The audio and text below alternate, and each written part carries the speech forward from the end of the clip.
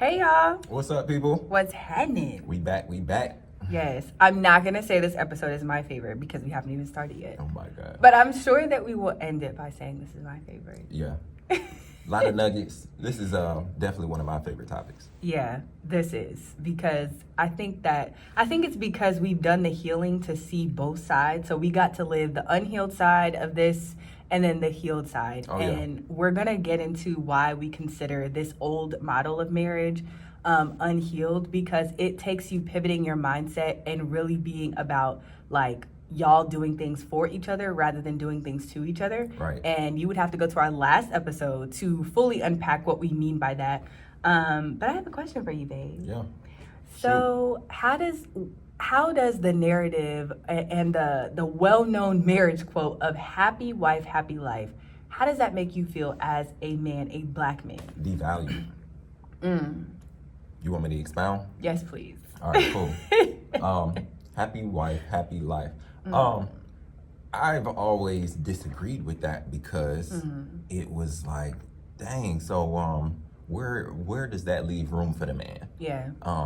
And where does he have a voice? Yeah. And if the man is supposed to be the head of the household, just fundamentally thinking about that whole phrase, it's like it's out of order. Right. If you want to bring in religion and you talk about, the God, then man, then wife, then kids. Right. That phrase is like, it completely obliterates everything that we just grew up on. So we needed to rephrase that. Yeah. And it wasn't until, at least for me, the first time that I saw this quote, happy spouse, happy house. Yeah. It was just in a random comment on one of our videos. And I was like, that's it. Yeah. That's exactly what we have been trying to say. Yeah. And I like that rhyme, just having a musical background. I'm like, I needed something to cling on to because that old motto, happy wife, happy life, like I needed to get that bell out my head. It just kept ringing over and over. So now we live by that mantra, happy spouse, happy house. And it works so much better. Yeah. Like 0 stars on the other side. Not to say that catering to you wasn't something that I was going to do anyway, but it just was like, okay, where does not necessarily catering, but where does the support come in on the other end of the spectrum? Because it's like, if I'm right and I want to have a happy life, like, is she willing to make me a happy husband? Right. Where's the balance? Right. Yeah. So, in totality, I felt devalued. I felt not equal. Right. So, having this mantra now really helps us bring things back to like this ultimate goal. It's like, does this align with our household? Right. Our spouseship. Right. And I think even changing that perspective in our marriage, it kind of leveled the playing field. It kind of leveled the accountability. It leveled the rules, because then it forces you to take the roles out of marriage. So you're not just everything has to be the man being the provider, the man being the protector. It's balanced now, because it's how do we work together to keep this house flowing? How do we work together to keep this in alignment? How do we work together to make sure the kids are taken care of? Because I think that most women go through the deepest level of postpartum because they feel alone, because the man goes into a separate overdrive. So mentally, if you have that ideal, quote unquote, ideal setup where you have a husband and a wife, and the wife gets to stay home because she just had the baby.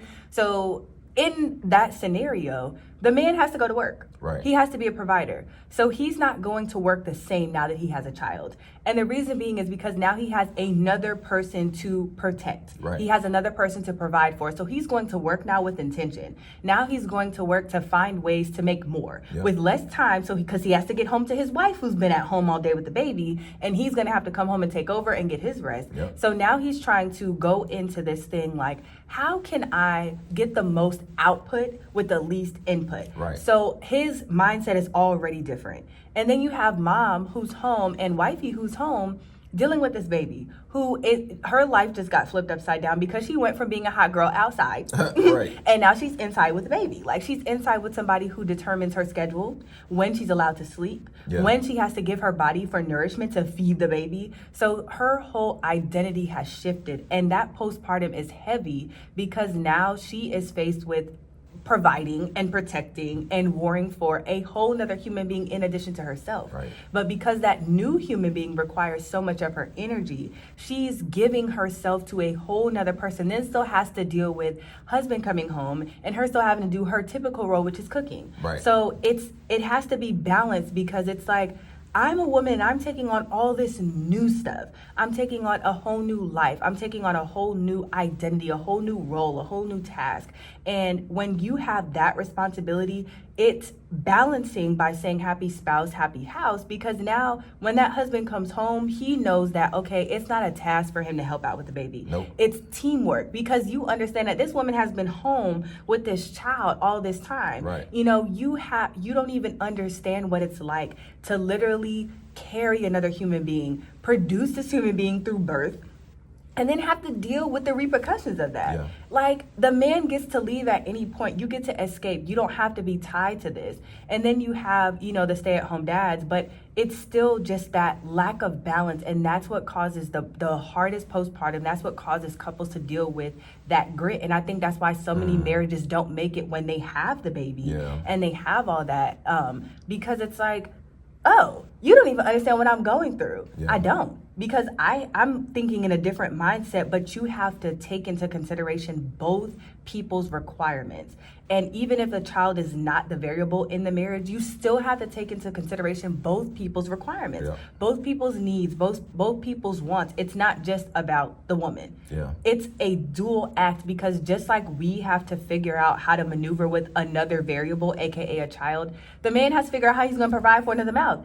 Right. Especially if he barely had enough funds for you and him. It's Right. like, now we're down to one income because mama was working. She Right. ain't working now. So, because she's at home with the baby. And if she is getting supplement from her job, she's not getting 100%. Right. She's maybe getting like 40% of her income, which, if you've built a lifestyle off of 200% from work, Yep. you know, that's even more stress That's to a add blow. to the plate. Right. So it's like, you have to find balance within your marriage, and it has to be that happy spouse, happy house narrative. And for me specifically, I started to get turned off by that concept, because Steve Harvey built an entire book, an entire like business model around happy wife, happy life. And I heard Denzel Washington also just commenting on, oh yeah, just everything my wife, whatever she says, yes, yes. Why are we promoting that? Yeah. And Why? I understand where they're going with it. To be honest, because, you know, we've been in marketing and we've been in the industry long Right. enough, we realize when people really co-sign on a phrase that's hot, it's for, you know, beneficial gain. It's for personal gain. And for Steve Harvey to do that, just outside looking in, I saw it as a marketing ploy to just gain an amount of people that were just hyping up an idea. Right. And, you know, that increased sales, that increased sponsorships, things like that. And I'm not saying that what he was saying was completely wrong, because again, yes, men, we have to cater to our women in a specific manner that hasn't been addressed, which is Right. why they've had to go so hard. But in doing so, especially as a public figure like that, like, you capitalized. Right. So, His audience is mainly women too, though. right. Right. So I get it. I just don't think it's fair to him, though. Mm. I don't think that it's fair for any man. I don't care if you're a public figure or just, you know, just a regular 9-to-5er, or you're just, you know, a dude that likes to play video games. Like, it's not fair for your needs to be unvalued or undervalued, not considered, because it's about the woman. That's not fair. Yeah. That's not. I'm all for equality, and I think it took me healing and really processing like that comment. Like, whatever that woman left that comment, it was a switch that went off, and I'm Right. like, wow. Right. I didn't even think that would hit me the way that it did. That really basic, out of all the comments that we get, that one we both caught at the same time on both of our phones. Yeah. Like, hey, did you see? Yes, Right. I just read it. That happy spouse, happy house is truly the model that needs to be like how everybody, right, like how everybody in the Bible put the blood on their, you know, Right. Nah, you need to put that across your door frame, like happy house, happy spouse, or happy spouse, happy house, like period. Yeah. Like, And it's because Period. I'm big on mental health now. Yes. Like, from, you know, having a first seat POV to your journey, to your healing journey, and to see you on this other side, it's like, you can't tell me that somebody can't have the best life that they see for themselves. Right. She's living at her highest potential right now and is still elevating each day. Yeah. And she didn't have that opportunity when she was drowning inside herself. Yeah. Within herself. Anywhere she went, she couldn't escape it. It didn't matter how you changed your environment. We could have moved to a whole different country. Yeah. But you can't escape what's been engraved in you and you know, beliefs that's been instilled in you. Yeah. And, you know, coming outside of that, I just realized like it makes our marriage so much better. Yeah. How we move now is not, you know, just individually based. It's how, when I make this decision, how is that going to affect not only my partner but my kids? Yeah. Because we're thinking about a household now. Yeah. Like it's 3 other people outside of me that are writing their stories as well. Yeah. And if I'm only catering to one person, then that's not helping the whole team. Yeah. There is no I in team. Yeah. So we get married and we say our vows through thick and thin this, and we're like, yeah, we were so gung-ho to do this together. Yeah. And then you turn around and you like, no, happy wife, happy life. Right. It's about me. And right. It's like, wow. So I have my hand up too. Right, right. And I think that's where it becomes unfair, because then you see these women that are very well taken care of. You see them with all of the designer, all of this, all of the soft life this, and she's just talking about my man, my man, my man. And I'm like, I wonder what's on the other side of that conversation. I wonder when he's out with his boys, is he like my wife, my wife, my wife? Right. Or if he's complaining about the fact that, you know, he's drowning in this. Like, we know personal stories of people, you know, men just drowning in life because they've set their life up and their marriage and their house and their dynamic to be happy, happy wife, happy life. And I'm like, your depression, your anxiety, your lackluster behavior as a man is showing because you have adopted this happy wife, happy life mentality, and that has caused you to live a subpar life. And right. You don't deserve, I don't think any human being, no matter who you are, deserves to live a subpar life. Now, I know there is a lot of people that are not fans of Trump, and then there are some people that aren't fans of Kamala. Regardless of your opinion of those opposing sides, neither of them deserve to live a subpar life. You know, no matter the race, no matter the gender, no matter what they've done, I don't believe that anybody, no matter how great or how low their, you know, behavior is, nobody deserves to live a subpar life, because abundance is everybody's birthright. So to only capitalize, man, listen, that's a whole podcast. That's a whole nother episode. That's a whole nother episode, okay? Because anyways, right. It's just, you know, I genuinely feel like, and that's just the hippie in me, like everybody deserves to live a life that they're proud of. And you can't do that by only focusing on one side of the coin, because then what does that leave for the other person? Right. It matters to me that Black men feel, you know, their feelings out loud. I think that the one concept, the business, brands, whatever you want to call it, the community, the one community that I love and I talk about to you all the time is the Good Walk community in LA. Oh, yeah. Oh my gosh. I literally just go on their page and just watch them in journal. I watch them run, because it's so refreshing to see a group of Black men just doing what they need to do to heal. Like, there are so many, there are so many Black men in prison. There are so many Black men in poverty. There are so many Black men not living to their full potential. And I believe that in order for the Black race as a whole to grow from where they are, we have to start empowering Black men. Stop calling these Black men bums. Stop putting your priorities as a woman over theirs, because we need them. Y'all are the tree trunks. We're the branches. And I'm not saying that to devalue the woman's role, because the branches are still needed. We bring the shade, because in order for the tree to be, you know, nourished and all of that protected, you still have to have the branches that provide the leaves. Right. You know, you never see just a tree with no branches and leaves coming from the trunk of, you don't see that. Right. You see the branches. It's a full community that's going on. And I feel like if we spent more time or equal time pouring into men the way that we require them to pour into us, number one, the rate of singleness would be at an all-time low. Right. People would actually learn how to put other people before them. The level of selfishness, like that whole vibration and energetic field, would be at an all-time low. Because when you consider that if I put myself in my husband's shoes, would I be satisfied with the person that he's with? Would I be satisfied calling me my wife? Right. You know, I constantly put myself in your shoes, and I'm like, if I had to go and walk a day in his shoes and somebody said, "Sir, are you married?" And yes, are you happy in your marriage? Like, could I respond for you if I had to play you for a day and say, am I happy? Did I do justice to my man today, yesterday, this year, all the years that we've been together? Have I done you justice? Yeah. And I think that if women take more of that approach to their spouse, oh my God. Yeah. The divorce rate would be at an all-time low. Like, because a lot of times men aren't just, they're not seeking some qualities that woman doesn't have. They're just seeking fulfillment. Right. So that's why that man goes and cheats, because it's like, you know, I just want to feel something different. And because we've been stifled for so long, we don't know how to express our feelings. Yeah. But we do know how to express our innate nature, and that innate nature is physical touch. More so often than most men. You know, 8 out of 10 men, their love language is going to be physical touch.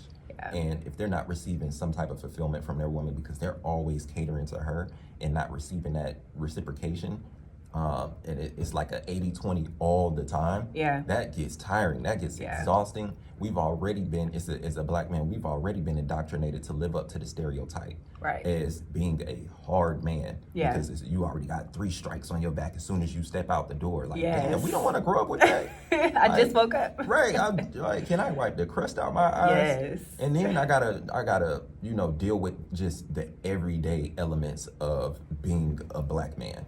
Like just people moving off of the side of the street because I'm walking. I'm enjoying my little ice cream cone, man. And you know, shuffling your daughter off to the whole other side of the street because you see me. My God, little things like that, it gets engraved in our subconscious. So of course we would like to come home and feel valued, like, wow, oh, my wife is actually greeting me at the door.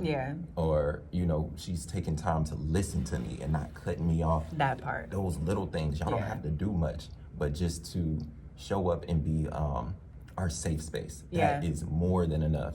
But we're not taught that we can do these type of things. We're not taught that we can be sensitive in those areas until we are like forced to. Like when I had my daughter, I realized that I had a sensitive side, a more everybody has a masculine and feminine side to their brain. Like, let's break that down.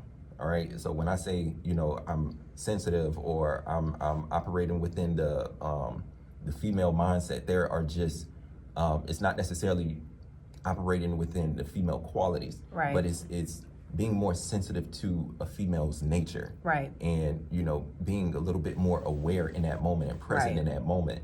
Like, she obviously wants to talk in this moment. I get that you watching your sports. If she's doing a little bit more rambling in that moment, pause it, bro. We have on demand now. You have DVR. YouTube where you can watch highlights. It's not that serious. That team isn't paying you. Pause it. That's who you have to live with for the rest of your days. Your team isn't going to come and congratulate you for watching them on TNT that night. Pause the damn game. Listen to her right there in that moment. Trust me, you'll fill up her cup in the next 15 minutes and then you get back to your game. But it's those little things that we have to start practicing. And I can give a million examples, but that's how you start to reciprocate in your marriage. And taking those little tidbits throughout the days, it adds up. And then you guys will be in a flow, so much so that you guys are on the same word, like me and my wife. Like, now she can pretty much read my mind, or we can look at each other across the room and know exactly what we're thinking because we've catered to each other enough to know those little synchronicities.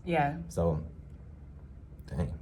I love that. See, I'm just letting you flow. You're good at this. It's not that I'm good at it. It's we've lived with it. That's another thing I say. Like, you got to live with it. Because it's going to feel uncomfortable at first to pause that game. Like, oh, man, she know how I am. This is like the season just came on. And, like, I get it. You gotta live through it. You're going to trip over a rock or two along the way. But it's the effort. And she'll see that. And I think that's where most men don't take the initiative to heal, because they don't understand, like, healing is not just so you can get over your, you know, childhood trauma. It's not. I think everybody always assumes that when I heal, I have to go backwards and think about my inner child healing. No. Healing is about getting back to yourself.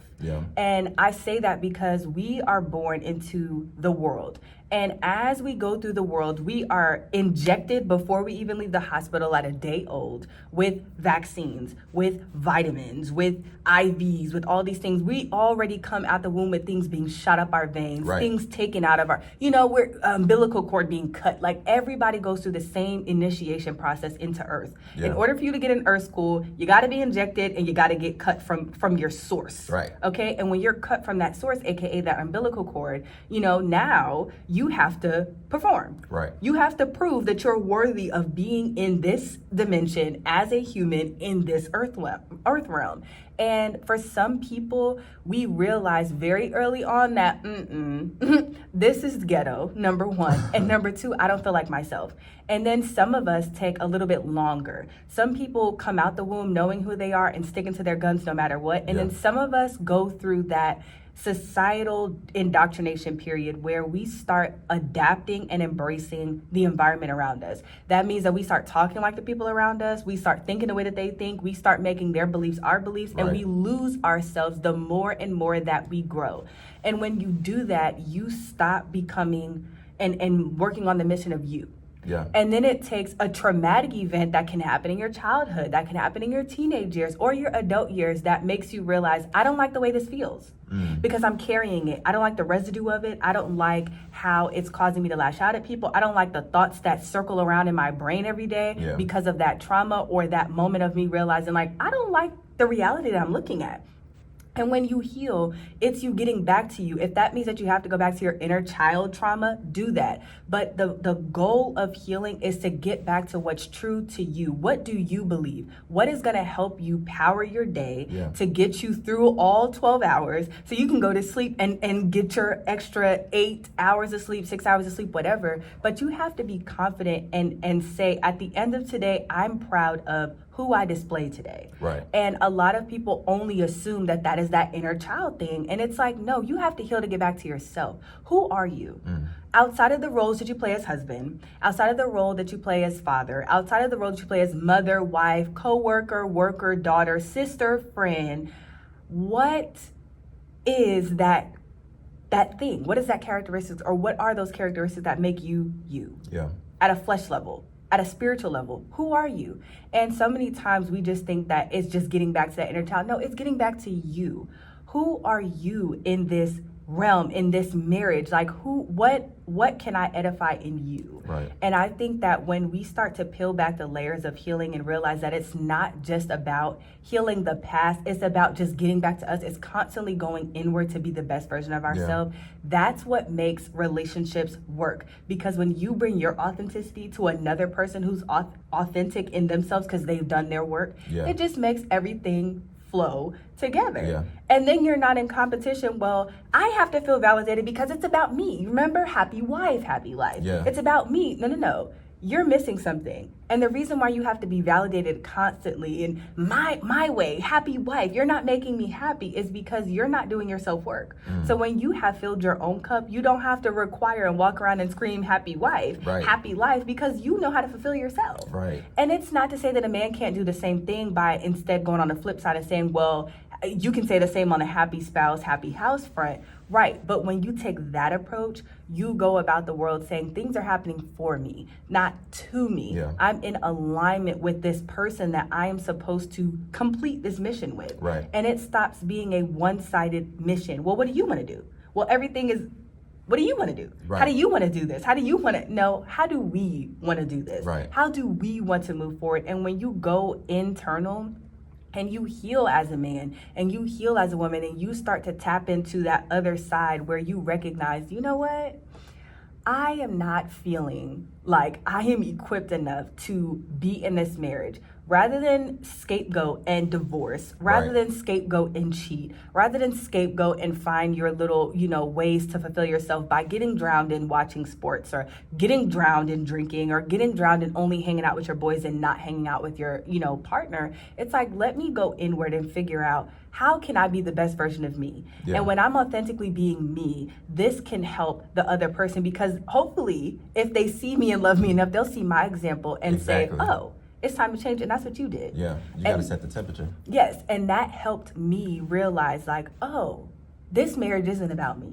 because I'm walking around fulfilled and my husband is deteriorating. And when I started to take the scales off of my needs and me, and happy wife, happy wife, happy wife, I realized, oh my God, Yeah. my husband is not reaching his full potential. And it's deeper than his childhood wounds because we've known each other since we were teenagers. So now he's dealing with, I signed myself up for this woman who I met at 14 years old, who is now 30 plus tax, and she still ain't changed. You know, she's still doing the same things that she was doing when we were 14. And the only thing that has changed is now she feels more powerful because she's working and she has money. Now we're married, so she's indoctrinated into this happy wife, happy life. And the moment that I slip because I had a rough day, or, you know, my black maleness got to me, or the world got to me, you know, I can't come home and show that because she's going to be like, well, I had a rough day too. You don't want to hear about my day? You didn't. Baby, let that man talk about his day. Let that man get out what he needs to say, because you will learn so much about your partner when they're in their healing season and they start confiding in you, when they start feeling safe because you've created a safe environment for them to just let their hair down and say, you know what, today Karen pissed me off. You know, today Bill pissed me off today, and I just want to talk about it. And it's not for the man to gossip, but it's like, I need to release this because he's carrying this. And when you only hold up that this is a happy wife, happy life home, you miss the opportunity for him to express. I think the biggest thing that anybody can give themselves is the sacrifice of their own ego, because then you take your feelings out of almost every equation. And that's what me and my wife do now. We argue facts over feelings. I don't even want to say argue. We discuss. Like, it's facts. It's not even a heightened tone or a heightened delivery. It's just we put the facts on the table.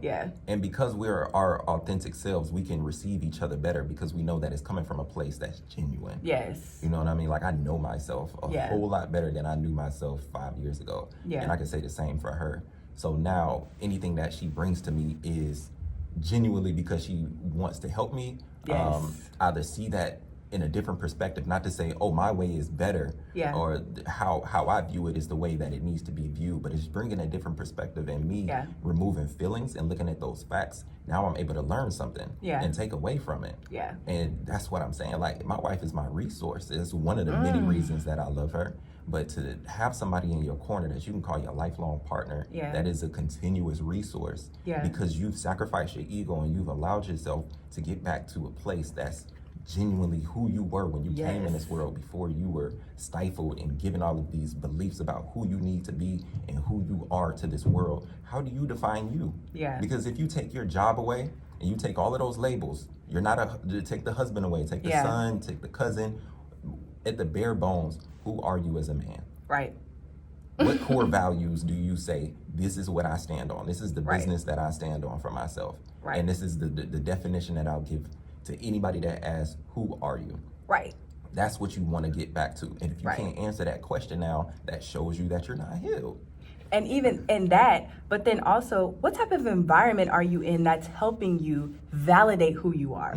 Because I think that's a big piece of it too. A lot of people feel like, oh, well, I know who I am. I know who I am. Do you? Because if I switch up your environment, can you still say that's who I am? You know, because your environment causes you to find comforts. Your environment causes you to feel like, oh, okay, well, I'm validated. You know, it's okay if I sell drugs. It's okay if I'm a pimp. It's okay if I do, you know, half-ass things to get around, because I'm in an environment that also does the same thing. So are you in an empowering environment, or are you in a life-sucking environment? Are you in a parasitic environment? Because that will also require certain behaviors of you, because you got to blend in. Nobody likes to stand out in an environment. So they're not going to be healed in an unhealed environment. And I think that also is kind of a responsibility of your spouse, of your partner. Like, are you creating an environment where I can fully be me? And what I mean by that is, if you marry, like, I'm spicy, you know, I was very spicy. If you meet me now and you know, or you get back into connection with me from knowing me before, I'm talking about even 3 years ago, my level of quietness is uncomfortable. And I remember Bae being so like, are you okay? Yeah. And I'm like, yeah, I'm just quiet. He's like, I haven't heard you quiet, like, ever. I've known you for over a decade. You're just quiet, like, you're just sitting there. Right. And I'm like, yeah, like, I'll just be chilling, just watching what he's doing or just observing the atmosphere. And he's like, you're really quiet. And I'm like, right, you've created an environment for me to be quiet. You've created a safe space for me to feel confident in the silence. And I think that, you know, a lot of times, like, we are in this environment with our partners where, you know, I'm spicy, he's peaceful, but because I haven't healed and got out of my own way, I'm creating spice by talking. I'm creating spice by arguing. And when we realize that our communication, you know, went from being super aggressive and super spicy and always argumentative, like, y'all, when I tell you every time we talked, it was an argument. Yeah. Everything. Well, babe, what are we doing today? I don't know. What are you going to do? Why is it that you never have nothing planned? Why do I, like, 0 he's to like, 100. okay, so it's 8 o'clock in the morning. I just woke up. I still got eye boogers in my eye. Like, my butt still smells. Let me get myself together before I start figuring out the whole day for 4 people. Right. And it's like everything was so triggering because I hadn't adopted the environment because my husband was peaceful. My kids out. Our daughter is learning how to be peaceful. She is a spicy Sagittarius. Right. But, you know, we have created now a peaceful environment where we could all be sitting in a room and it'd be pin drop quiet. Like, why? Because we're peaceful. Because we have adopted and set the standard for, no, peace is our like, this is our base. Right. If you can't come into our default of peace, then you got to go. And that's for all of us because we've created that because we all have healed. Even our kids, like, they went from being in fight or flight mode because of my emotions to now being at peace. Like, they can receive me. They know that they can come to me and tell me anything and I'm not going to blow up at them. Like, my daughter now will even test the waters and say, so mommy, I think you'll be mad, but I have a question. That's right. And I'm like, what's your question? Well, can I just bring one doll outside? And I'm like, yeah. Oh, mommy, I thought you would be mad. Girl, why would I be mad? You're asking to take your toy outside. That's your responsibility. Right. It ain't got nothing to do with me. But it's like, she's still learning to test the waters because there was a time when she couldn't even come to me and ask about a doll. As soon as she came into my atmosphere, I'm like, what do you want? Yeah. I'm 2. Unapproachable. Right. It's like, I'm 2. I want my mom. Right. Like, I didn't think I had to have an excuse to be in your presence. It's like, go away. It's like, Yeah. why are you like, so aggressive? Why you bring me here in the first place? Right. It's Tuesday. Calm down. Like, relax. And I think, again, when you create an environment that is balanced and y'all are working together, it becomes something that you don't have to fight or flight with every time. Like, your partner should feel safe. Your partner should feel at ease with you. And if you're only prioritizing your needs because you haven't healed, it's going to make your marriage very complicated. Yeah. And that, again, was our turning point. Like, realizing that, okay, we're not in an equal environment. We're not in an equal space where he can express himself and I can express myself and it be received both ways. Because when I was expressing myself, everything was spicy. Everything had an attitude. Everything was an argument. And it wasn't that he couldn't receive it. It was like there were so many filters that he had to put my words through to protect his emotions, to protect the environment, to protect our kids. It's like you should not have to put what your wife or your husband says to you through 500 filters before you get the message.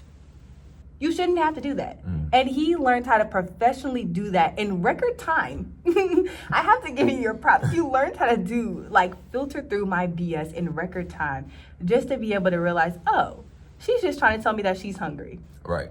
I always knew that. Well, I always was willing to get to the underlying message rather than take the delivery personal.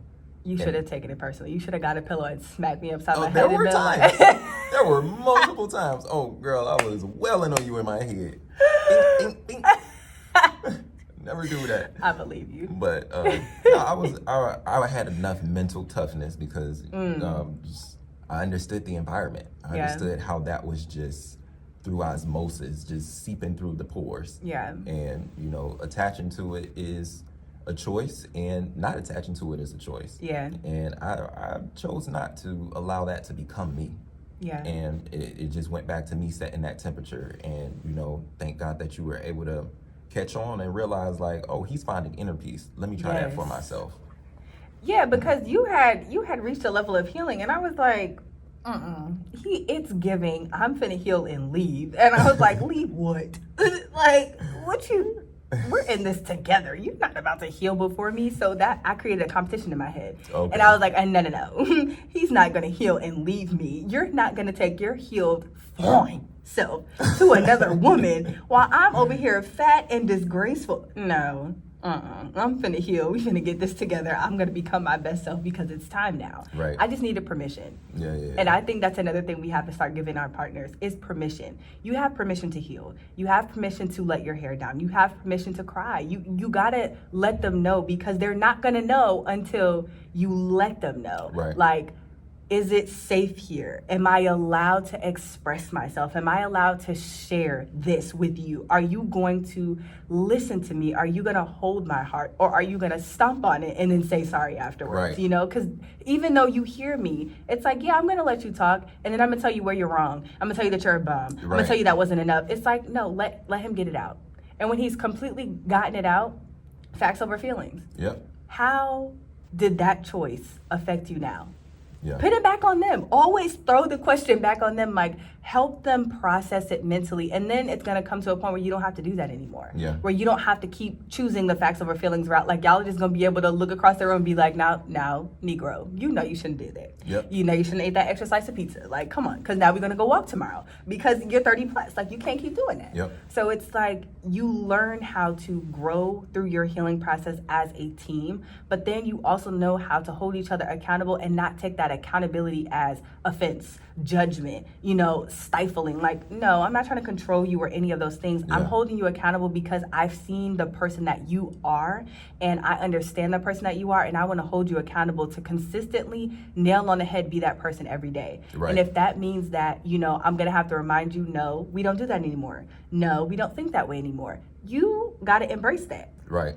And we have to respect each other in that way to let each other grow, let each other fail, and be there without judgment, without, I told you so. Right. Like, don't do that. Right. Just, everybody's growing. Listen, ladies, I'll give y'all a secret. All right, men, we love, we love competition. That's why we're gamers. That's why we play sports. Yes. That's why we yell when, the smallest thing happens. Like dogs racing each other. Like, we like that. It's that competition in us to just see something prosper. Yeah. And when we can find like that little coach aspect in our wife, it makes us want to continue to show up for you. Yes. So like when you empower me, when you edify me, Yeah. and when you catch my flaws and you don't scold me on him. Yeah. But you're like, nah, you dropped the ball in that area. I'm gonna need you tomorrow. You're gonna have to face that test again because that's just karma. That's just the universe. That's God, whatever you want to call it. The balance. It's gonna come back again. Yeah. And here, I'm making it aware to you that I saw it. I need you to be aware that it happened, and you have to take accountability that you did that. You had a slice in that. Yep. So when it happens again, this is how you could respond. It's just a suggestion. I'm not saying that this is the only way, but here's a suggestion on how you could go about it different. Yeah. And when we hear that type of advice from our spouse, oh my God, what? Right. I'm washing dishes, I'm cooking, I'm folding laundry. Say less. Because I found you now as a resource. She's valuable to me. Yes. Because she understands me. She understands me because she's dialed in. Like, what? Yeah. That is such a turn on to us to find, bring out that coach in you. I don't know what you got to do. Get on YouTube and figure it out. But don't be our mother, be our supporter. Yeah. And that's a bar. Don't be our mother, be our supporter. Oh, hell yeah. I think that's where that happy wife, happy life comes in. And I'm going to step on some toes when I say this, but I think a lot of men get into marriages trying to find their mom.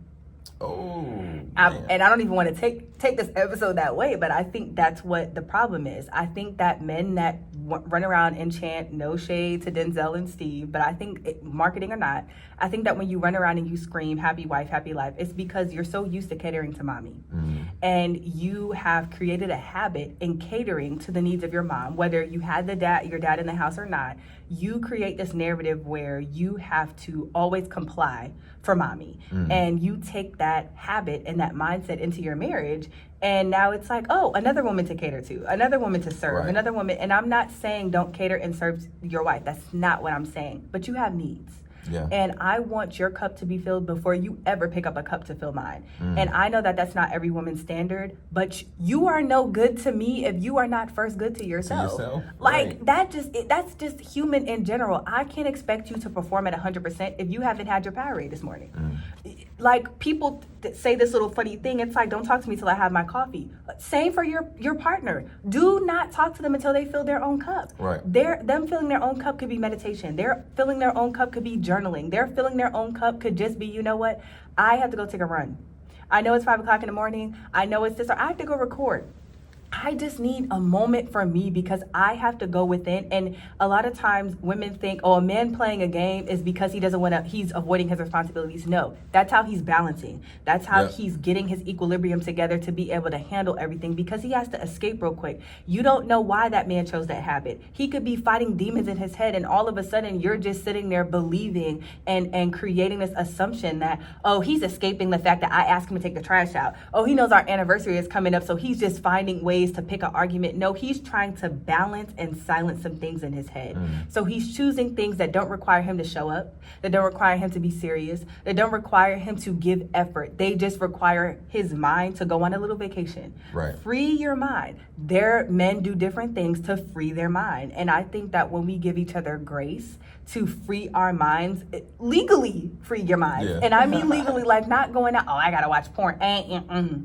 We not doing that. We not doing scapegoats that will require me to punch you in your face. No, that's damaging. Okay. That It is damaging. mental. It does. And not just the female mental, it damages your mental. Because, you know, when you choose certain vices, it causes you to escape and live in those vices, because those vices become better than your reality. Right. And I think that part is also a whole nother podcast, but it's like your vices should not skew your perception of reality.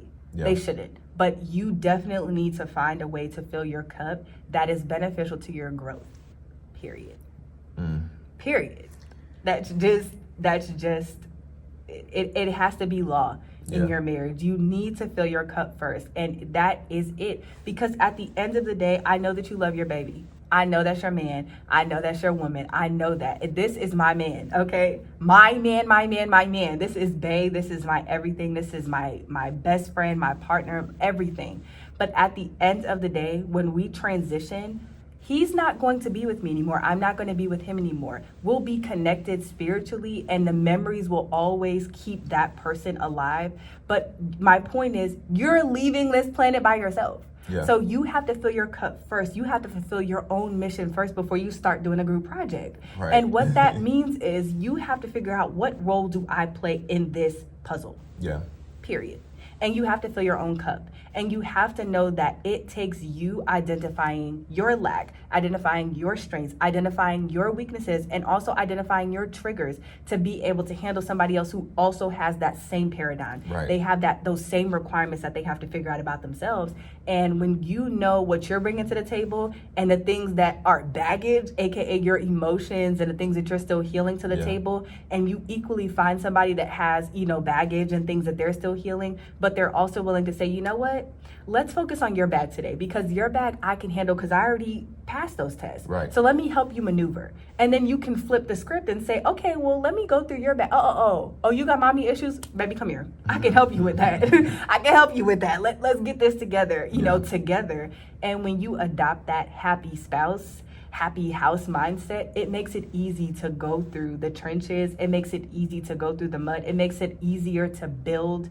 It makes it more safe for the both of you, not just one person, but for the both of you. And when that man can go to sleep at night knowing that he has a safe space to rest his head, to lay down his cape, to give his emotions over without there being like, I said this to her, now he has to stay up all night wondering if you're going to wake up with an attitude, if you're going to throw grits on him, for breakfast. Right. Like it's like he has to hold his breath. When that man can finally relax his muscles and breathe, and that woman can let her hair down and take that bra off, y'all have created this very relaxed, very confident, very beautiful union that cannot be broken by environment, that cannot be broken by people, that cannot be stifled or altered by other humans having ulterior motives. It's like, now we locked in because we've created an environment for each other that is gonna be and remain and stand strong through the test of time. Right. And that's what makes great marriages. is partnership. It's teamwork. It's understanding that your way is not better than my way. It's just a way. Right. It's just a possibility. And we can always exercise any possibility, whether you create it, I create it, we find it on TikTok, whatever it is, as long as we agree and it benefits everybody involved, cool, let's run it. Let's try it. It's a win. Oh my God, like you eloquently just broke that down. You could have did this whole episode by yourself. No, they gotta hear your side. Nah, I get it because you taught me.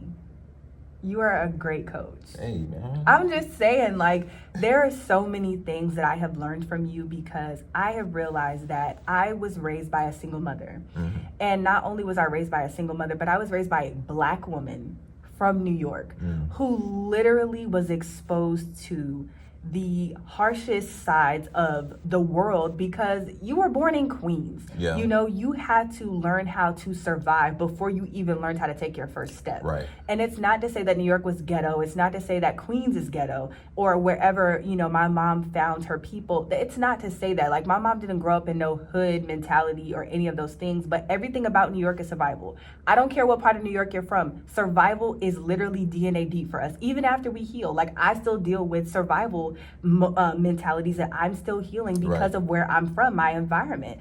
And then having the mom that I had, you know, or have, she still has aspects of survival and going through those moments where it's like, babe, no, we gotta do this, we gotta move. And you're like, chill. Yeah. You don't have to do that. It's still gonna get done. You ain't gotta rush and do it. It just let it flow. Yeah. Work through it naturally. Stop forcing it because then you're walking around stressed. And now you're lashing out at me. I didn't do it. Right. Now you're lashing out at the kids. They didn't do it. Be calm. Yeah. And you've taught me how to approach things differently. You taught me how to approach healing differently. Like, I spent high school and college going to therapist after therapist. Like, I've seen more therapists than I've seen teachers, you know, and none of them could really help me. And and it's not to say that therapy isn't beneficial, but everybody kept telling me the same thing, go within. Right. And I'm like, what does that mean? Like, why do you keep saying go within? Because that's all therapy is. It's questioning you to go within and figure it out. But some people need prompts. They need somebody to tell them and walk them to the water so they can drink. And I didn't need that. It's like, you have to first get in relationship with yourself. Yeah. And when you started modeling that for yourself, like, even in the midst of hell, you still found a way to, nope, I gotta isolate real quick. I got to get myself out the mud. And when you started to get yourself out the mud, it helped me realize that your environment becomes your excuse. Right. It becomes your stifle. It becomes your cripple. It becomes the thing that holds you back from doing your inner work. Because the world is still going to be the world. Right. The ghetto is still going to be the ghetto. Earth school is still going to have 0 stars. You still have to keep going. Like, you still got to keep going every single day because that child is depending on you. Yeah. That bill that you're working so hard to pay, which is fake, by the way, we'll talk about that later. You're still running yourself into the ground for that fake ass bill. Yeah. And it's like, you don't have to do that. There are other ways. There are a million ways to skin a cat. Right. And when you only focus on the ways that invoke emotion, trauma, and learned behavior that really doesn't make you feel comfortable, then you find yourself in this perpetual loop of expectations from people that don't even care about you. Right.